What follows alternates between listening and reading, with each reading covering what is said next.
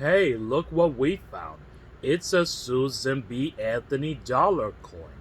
She was a leader who fought for women and African Americans. When was like life when Susan B. Anthony was growing up? Susan B. Anthony was born on February 15, 1820, near Adams, Massachusetts. She grew up in a Quaker family. The Quakers are members of a Christian group that lives simply and peacefully and believes in equal rights. Susan loved to learn and did well in school, but a teacher refused to teach her a math lesson just because she was a girl.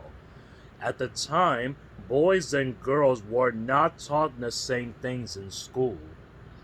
Oh, Well, during the 1800s, people were not always treated equally.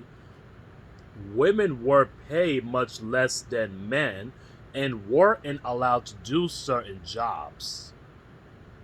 Many African Americans were forced into slavery and were mistreated. African Americans and women were not allowed to vote, and many not could own property like land or houses. What did Susan B. Anthony do?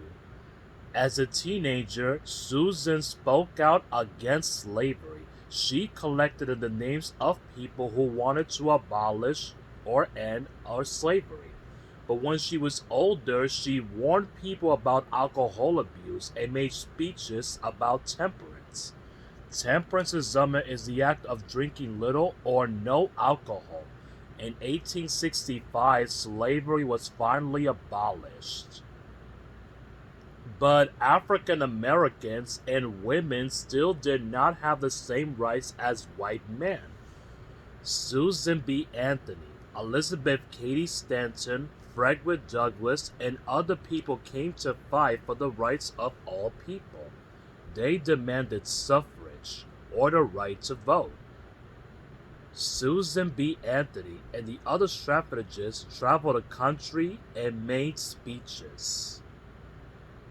Then, in 1870, African American men got the right to vote for government leaders.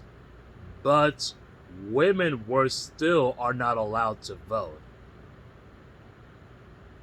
And how did Susan B. Anthony fight for women's suffrage? During the 1872 presidential election, Susan B. Anthony cast her ballot. She claimed that voting was a right for all citizens. 2 weeks later, she was arrested for voting, and she was fined $100, which she refused to pay. Throughout the rest of her life, Susan B. Anthony wrote articles and gave speeches about women's rights. Many people did not agree with her and called her names, but she didn't even let anyone stop her. By 1900, a few states had given women the right to vote.